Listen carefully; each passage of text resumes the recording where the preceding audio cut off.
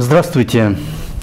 На уходящей неделе произошло несколько разных событий. Например, два праздника было: 1 мая – День труда, и 5 мая – День Конституции. Когда-то раньше 5 мая было Днем печати, потому что в 1912 году 5 мая вышел первый номер газеты «Правда», главной советской газеты, коммунистической.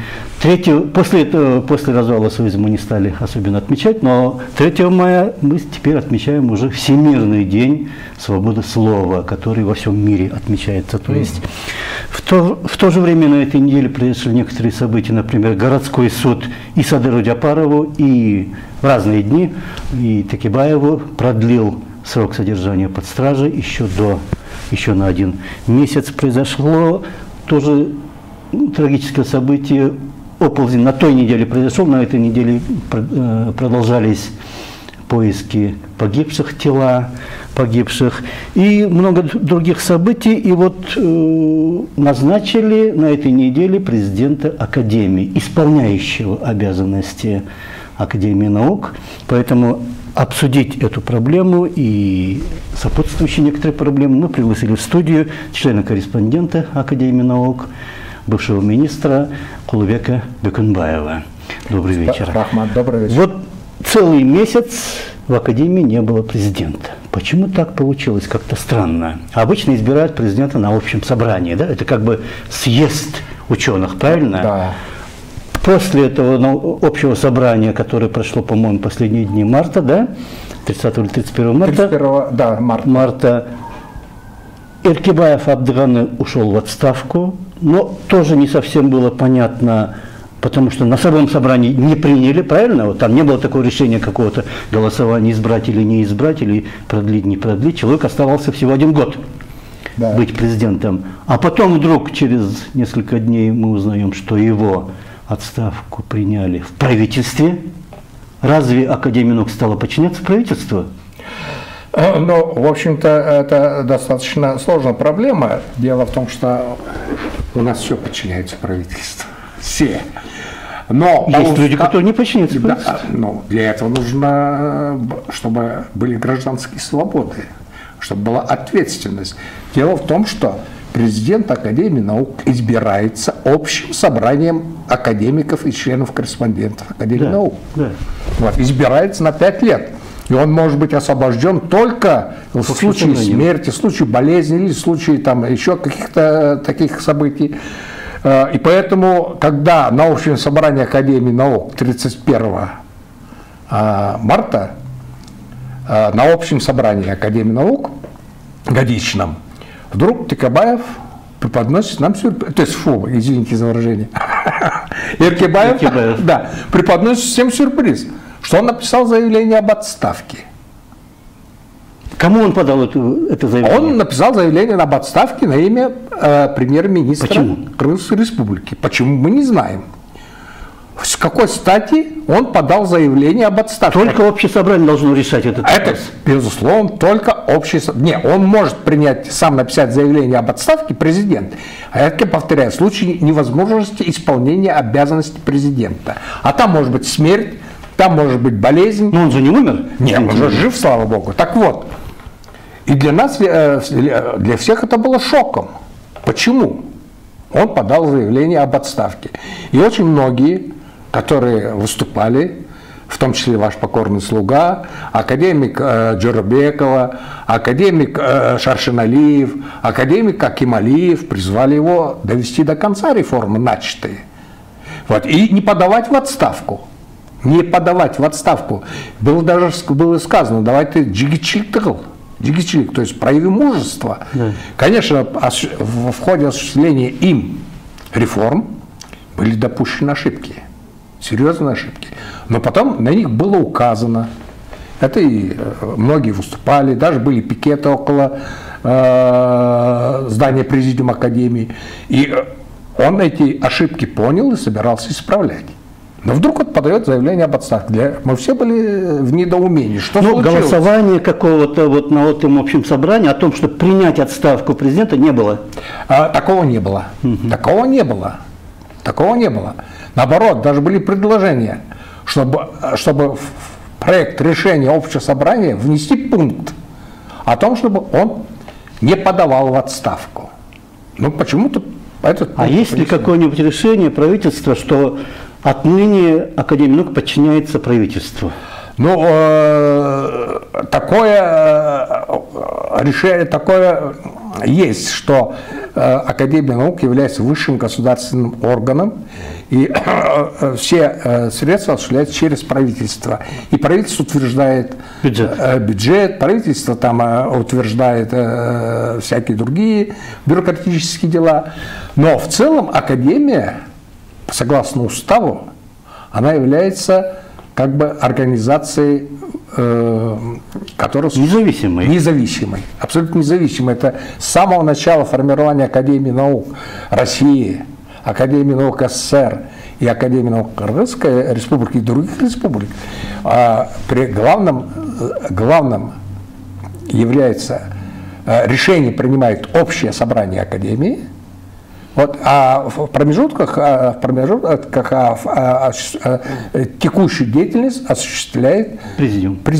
Ну вот смотрите, вот допустим, вот Союз писателей, Союз композиторов, Союз кинематографистов, они избирают на своем собрании председателя Союза. Да. А тут вдруг председатель Союза, его писатели, допустим, председатель Союза писателей, писатели говорят, не уходи в отставку своему председателю, он вроде бы остается, потом вдруг он идет в правительство, отдает свои заявления, там принимает, и это правительство назначает исполняющую обязанности этого творческого союза. Наука тоже творчество, наверное. Естественно, но это у нас такая система сложилась.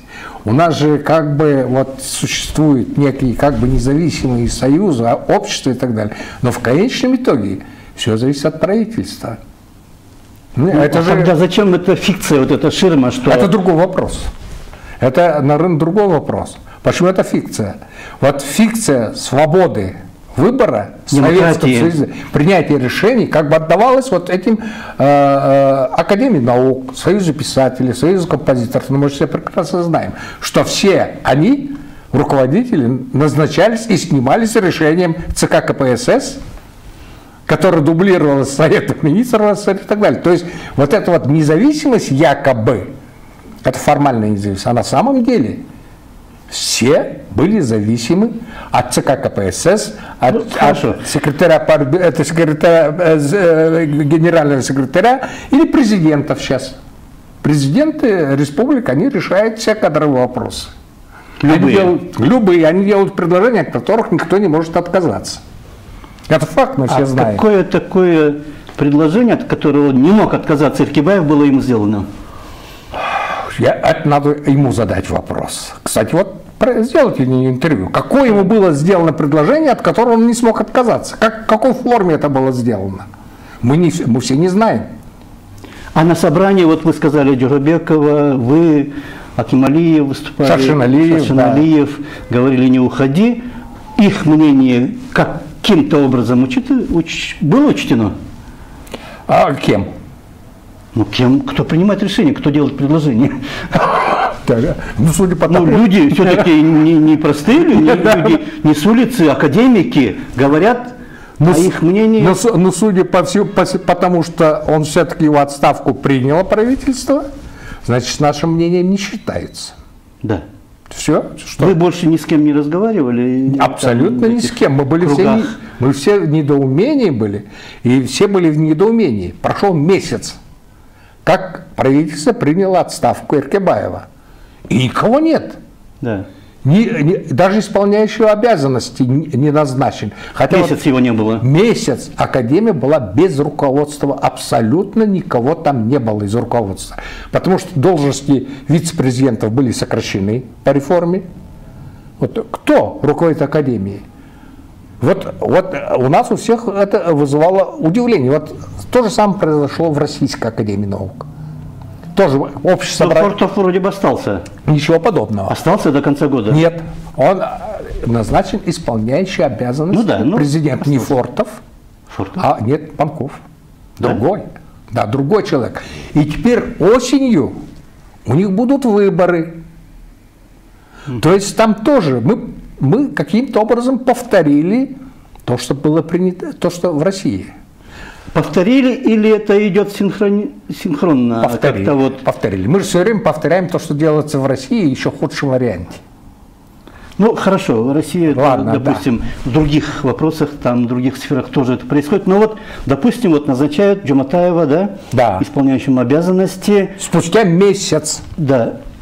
Каким-то образом это в кругу Академии наук обсуждалось, или там его кто-то выдвигал, а потом правительство поддержало, или вы ничего не знали об этом? Абсолютно никто ничего не знал.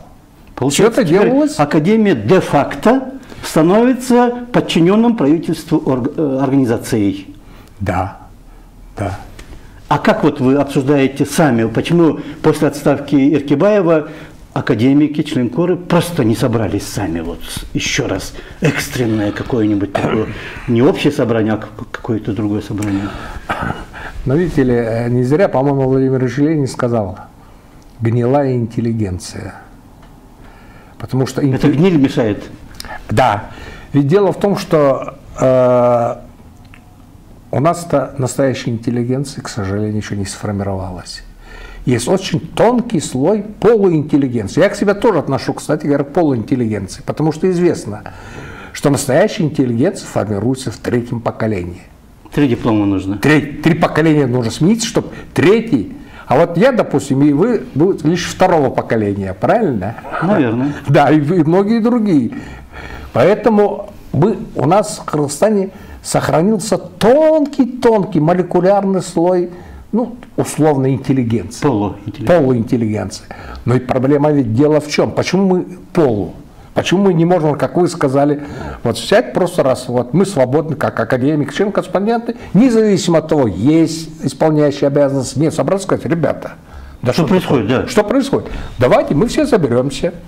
У нас есть уважаемые академики, аксакалы, 2 или 3 герои Кыргызстана. Пойдемте все вместе зайдем к руководству страны и выскажем свое мнение, что мы не против реформы как таковой, науки в целом, и в том числе академии. Но давайте посоветуйтесь с нами, мы же Гочеда Джурган или Бесписта. Да. Герои, еще раз повторяю, герои республики есть. Угу. Никто? Никто. А кто-нибудь вот хотя бы там предложение, какую-то инициативу не поднимал? О чем? Что надо собраться, обсудить. Вот экстренно все-таки. Никто. Президент Академии наук уходит в отставку. Никто. Никто среди нас не нашелся человек, который бы обзвонил членов Академии и сказал: вот, ребята, а что происходит? Давайте соберемся, пойдем. Обсудим. Обсудим. Кстати, между прочим, я тоже как-то, мне не пришло в голову пообзвонить, но как бы я ни звонил, я абсолютно уверен, что никто бы на это собрание, практически никто бы не пришел. То есть просто де-факто все равно подчинялись властям, ну всегда подчинялись, всегда. Хотя там были какие-то, говорят, в советское время Сталин Курчатова надо было избрать академиком, но они не избирали, потому что не знали, кто такой Курчатов. Его работы были засекреченными, никто не знал. Да. И когда его прокатили, не избрали, он им позвонил и сказал, или вызвал, сказал: если вы его не изберете, я всю вашу Академию наук к черту разгоню. После этого его избрали, просто его не знали. Да. Но у нас таких исследований секретных, таких, что нет. Да нет. Все на виду, Да, все известно, по пальцам можно пересчитать. Но вот... это, Анар, вы знаете, это элементарная, я бы сказал, порядочность, элементарная этика, когда есть Академия наук, какой бы она ни была. Весь мир знает, что в Кыргызстане есть Академия наук Кыргызской Республики, где как бы по определению собран цвет нации, интеллектуальный, моральный, нравственный, научный. Вот. Но почему бы ни разу нас не пригласили? Хотя я на одном из собраний в Академии, рядовом собрании, я сказал: ну слушайте, никто не принимал нас.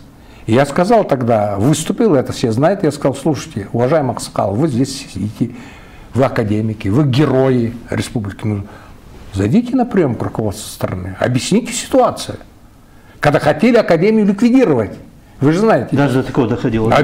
Было принято решение с подачи так называемого какой-то совет есть при президенте, по науке и образованию, где какие-то собраны люди, которых никто не знает, какие-то совершенно непонятные люди. Я тогда еще написал статью, а судьи-то кто, извините. И вот этот совет при президенте дал ему рекомендацию, что Академию наук нужно упразднить и сделать ее общественной организацией. Как Союз писателей. Да, как сделали казахи. Казахи это сделали, сейчас волосы рвут у себя на голове все академики, не знают, как сделать теперь шаг обратный. Академия наук была ликвидирована, между прочим, в Узбекистане, но потом ее восстановили. Академию наук в Туркменистане восстановили. И во всех странах СНГ Академии наук существуют так, как они были. Ну, исторически так сложилось, что наука развивается в Академии наук, хотя на Западе наука развивается в университетах. Вот наши хотят вот эту идею внедрить, что Академию наук надо упразднить, а наука должна развиваться в университетах. Но это блеф. Ну, и там нет, и здесь не будет. Вот о чем речь. Там нет в вузах, за некоторыми исключениями, за некоторые точечные есть, наука делается точечно, не буду называть университеты, чтобы не обижать других. Вот, ну, есть 7 или 5 у нас ведущих университетов, там точечно на кафедрах действительно наука делается. А в целом-то, как вы правильно сказали, в целом-то науки в вузах нет. А теперь хотят разрушить, и уже разрушили практически науку в Академии наук, и хотят передать там, где ее и не было. Я, между прочим, скажу, еще я помню в 85-86 году, кажется, да, я тогда был кандидат наук, ну, так активно действовал там, скажем. И меня почему-то назначили председателем комиссии по проверке Министерства образования, как там идет научное исследование. Там возник конфликт между политехническим институтом, ректором был Журавлев, известный, и одним из влиятельных людей в Министерстве образования. Я пошел. И я был в шоке. В шоке. Что там практически науки не было. Это 80-е годы. И еще напомню, Нарен. Политех не самый последний вуз был. Да. Науки практически не было.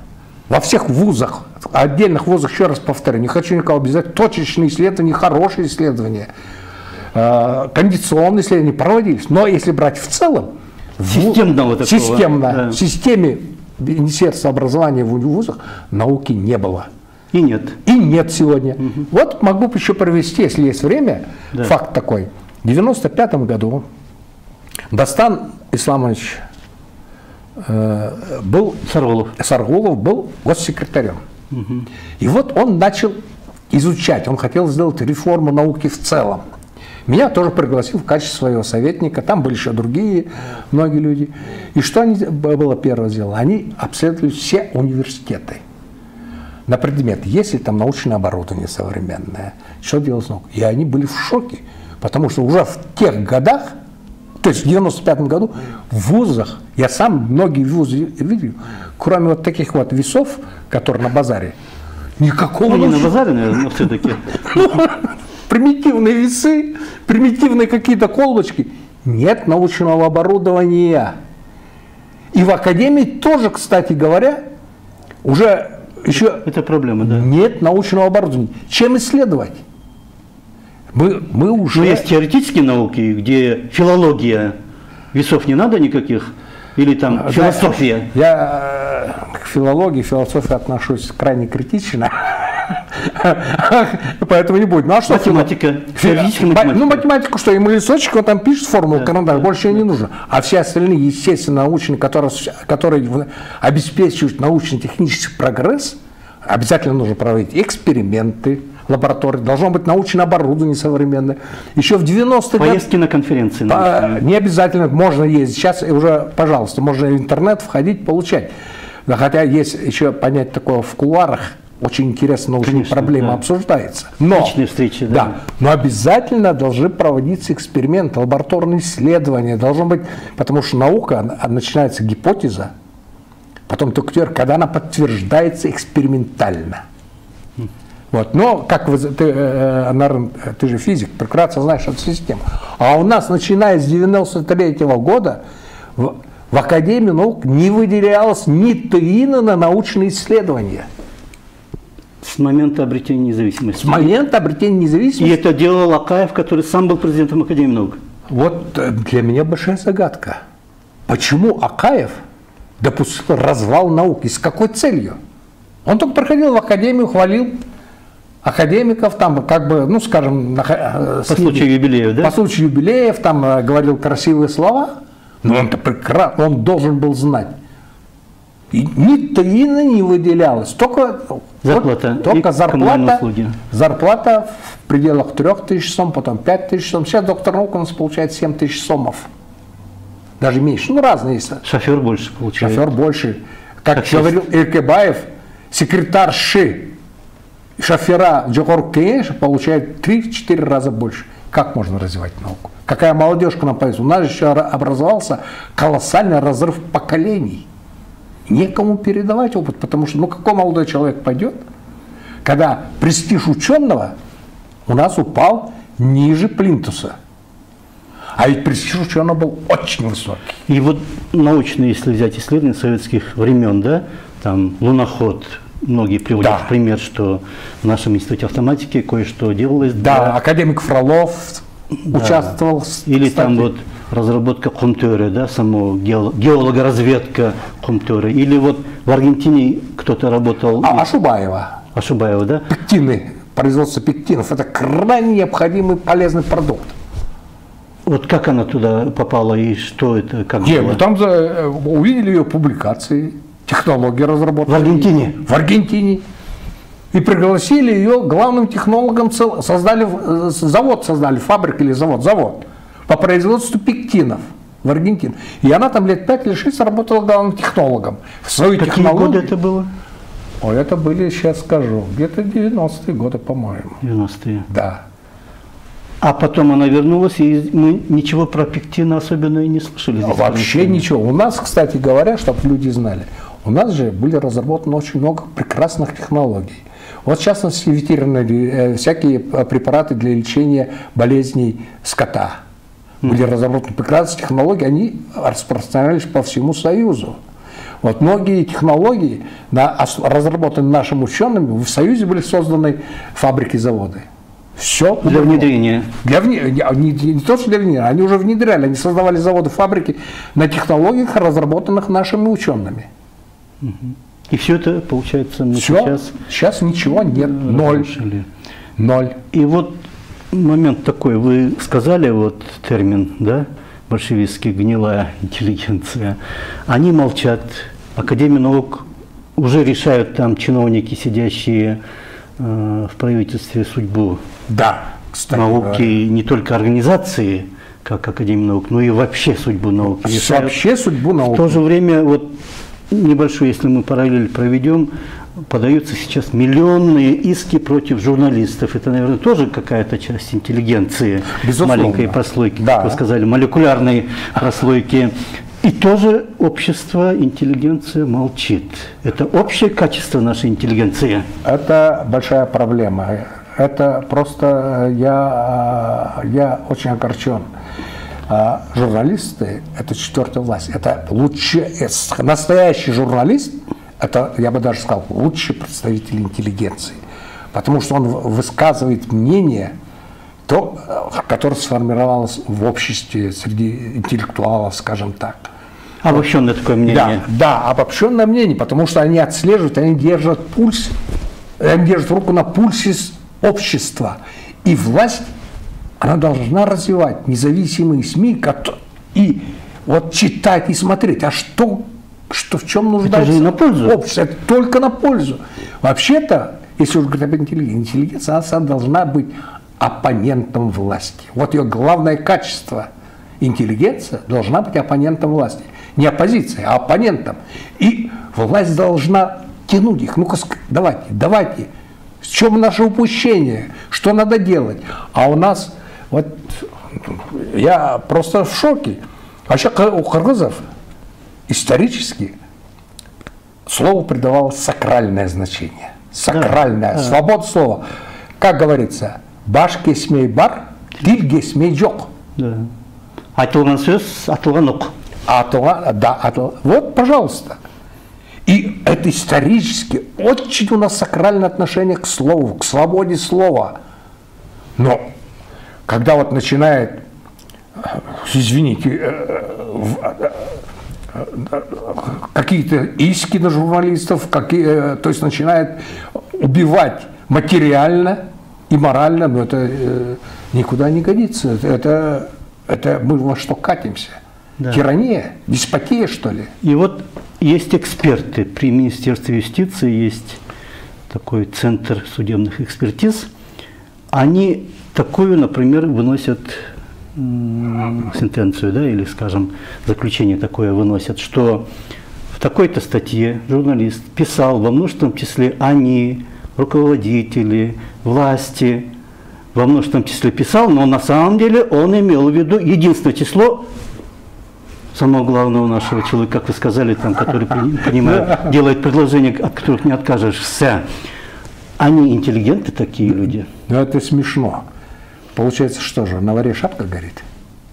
Так получается. Если идет, вот все устали об этом говорить, в обществе устали говорить о том, что... Значит, все-таки обсуждается. Вот. Как безусловно. Вот, но на кухнях во дворе. На кухнях во дворе, иногда открыто говорится. Но все люди боятся. Запуганный. Выступить на каком-то официальном Да, потому что запуганный. Уже решается на открытые выступления, митинги дали, когда уже человека загнали в угол, ему дальше некуда деваться. И он вынужден сопротивляться. Даже если зайца загнать в угол, он опасен. Да. Вот. Путин говорил про крысу. Ну, кто-то говорил про крысу, а даже я слышал про зайца. Но дело не в этом.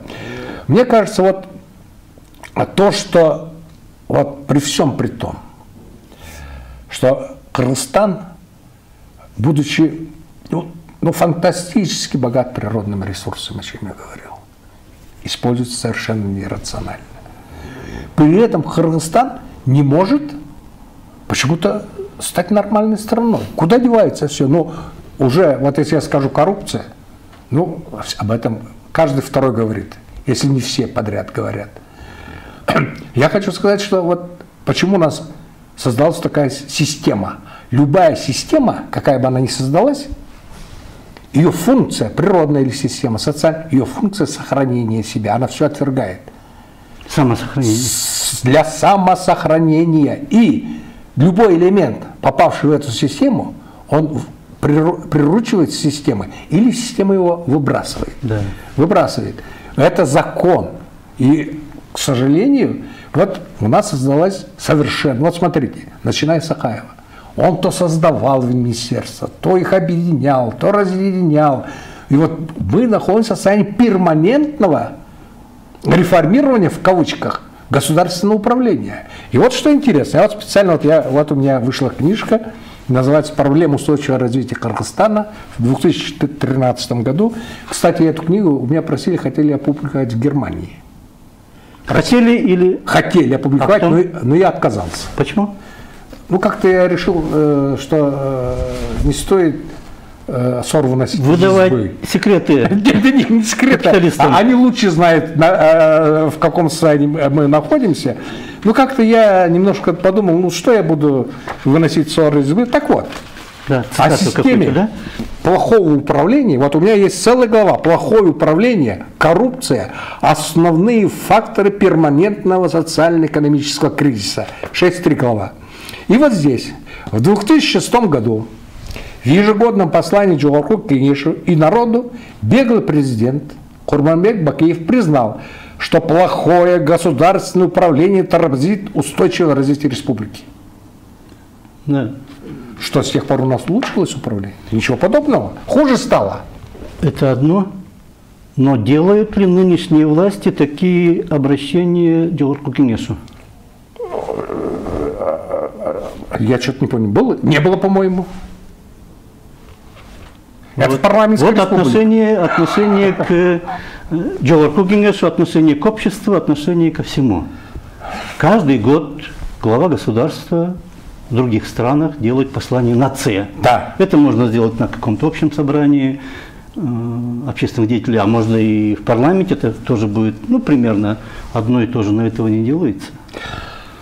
Ну, видите ли, вот у меня достаточно широкий круг общения, как знаешь, на рынке. Вот я люблю общаться с людьми. Вот часто разговариваю с таксистами, там кого-то там вот. Родственников у меня огромное количество и на юге республики, и на севере республики. И вот у меня создалось впечатление, что люди, при том, что они как бы политизированы сильно, а политизированы в каком отношении? Ой, без Туан было министром или президентом или там кем-то расчет на то, что он им создаст какие-то условия. Но я сейчас посмотрел, вот, люди, по-моему, на это все дело плюнули. Извините за такое резкое выражение, они выживают сами. Выживают сами, и как там будет, что будет, как-то вот некоторые моральные, что ли, ну, не хотят. Все говорят, упадок. Да, упадок. Все говорят, никому там, наверху, никому ничего не нужно. Какие бы инициативы ни подавали. Что, вот у меня 5-6 записок лежит.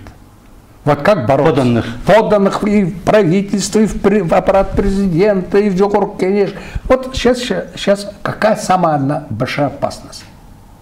Это худшая форма исламизации в республике. Вот уже проявляется терроризм. Святое место просто не бывает, да. Святое место просто не бывает. И вот самые худшие формы религиозных течений, неважно, исламских, там, христианских, там, всяких других, они у нас здесь процветают. А кыргызы, оказавшись в вакууме идеологическом и видя, что творится вокруг, они им поддаются, потому что они умеют с людьми работать. Они умеют с людьми работать. И их идеология в чем заключается? Побеждает всегда идеология. С идеологии начинается. Если, как говорил Маркс, идеология должна владеть массами, тогда она становится решающей силой. По-моему, так вот сказал. Ну, примерно в этом плане. Так вот, они вот эти вот худшие течения ислама, они говорят, ислама, других религий, они говорят, слушайте, смотрите, что делается. Коррупция. Вас обманывает народ, обдирает. Вот, везде вот безобразие творятся, преступность. А в исламе это запрещено.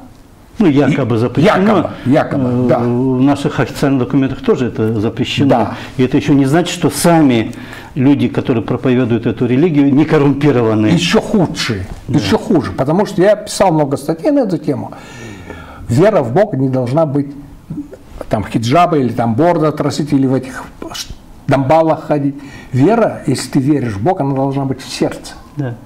Вот, а не в форме. И те морально-нравственные ценности, которые в основе всех религий, мусульманской, христианской, там, буддийской, вот это должно быть. А что мы видим? Между мной и Богом, если он есть. Много посредников. Вот посредники, муллы, церковники, попы. Это целая бюрократическая структура, это власть. А у власти любой одна задача – прийти к власти, чтобы обогатиться. И вот это, к сожалению, вот нам, кыргызам, новообращенным, к сожалению, этого не понимает. Ребята, вас же обманывают. Ленин же говорил, религия опиум для народа. Или Маркс. Или Маркс сказал, но я не помню. Ну, кто-то из них сказал. Ну, у нас уже время подошло к концу. Спасибо большое за интересную беседу. Все-таки будем надеяться, что вот вы затронули проблему, что уже все равно нас не слушают, мы сами будем жить, как-то параллельно живут власти и народ. Ну, может быть, это хорошо, каждый сам за себя отвечает, и постепенно могут возникнуть такие условия, такие структуры, которые действительно не будут зависеть, но самодостаточными. Наверное, я абсолютно согласен. Вот у нас сейчас все-таки, что меня радует, формируется гражданское общество. Все-таки вот есть какие-то. И, может быть, мы действительно через нормальную цивилизованную демократию придем к процветанию. Но для этого надо поменять структуру. И время нужно. Боюсь, что, может быть, это время наступит при наших внуках. Да. Ну, может быть, раньше, может быть, позже. Вот. Спасибо большое за беседу. У нас в гостях был член-корреспондент Академии наук Кулыбек Джомартович Бекенбаев. Да. До свидания. Спасибо вам.